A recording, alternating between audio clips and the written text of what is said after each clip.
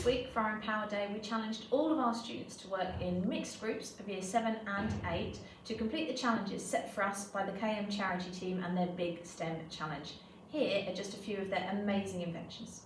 So this is a Gamatron laser with a Promethium lens. The laser will hit this carbon silicate sphere, turning it into plasma. The plasma will generate an electromagnetic field in this chamber, boosted by these iron toroids. The electromagnetic field will electrify these copper rings, and we can take the electricity and remove it. The second part of the reactor is the heat from the plasma, which is pumped through these Lonsdale-like tubes, which will melt the thorium. The molten thorium produces lots of radiation, igniting the hydrogen sulfide gas. The heat of the hydrogen sulfide ignition will be passed into this xenon. Xenon, when gaseous, it moves incredibly quickly. So this gaseous xenon will move so fast and it will spin this turbine, which is the second part of the reactor. We pump all this electricity into our transformer station and send it off. Thomas, what's our pitch so far? To all you great adults in this pitch, our idea consists of creating a video game that aims to educate the younger generation on how to farm eco-friendly and the origins of our food so that greenhouse gas emissions can be reduced. Our solution will fathom the problem of poor farming methods and educate the younger generation how poor farming contributes to global warming. Thank you guys for your time.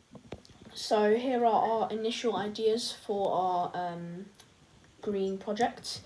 So we're thinking of a video game based on farming properly and stopping the poor farming techniques that we use today.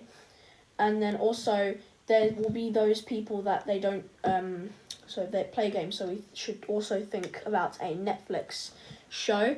So we know lots of them, such as Kiss the Ground, Biggest Little Farm, Cowspiracy and Sustainable. They all tell us about the environment and that we should be saving it and that we should be farming properly if we want to be on this planet for longer than what it could be. So yeah, so we're deciding to take the risk on, even though a video game will contribute to greenhouse gases in the future, it will contribute less to greenhouse gases if we start farming more properly than if we play some video games today, I think.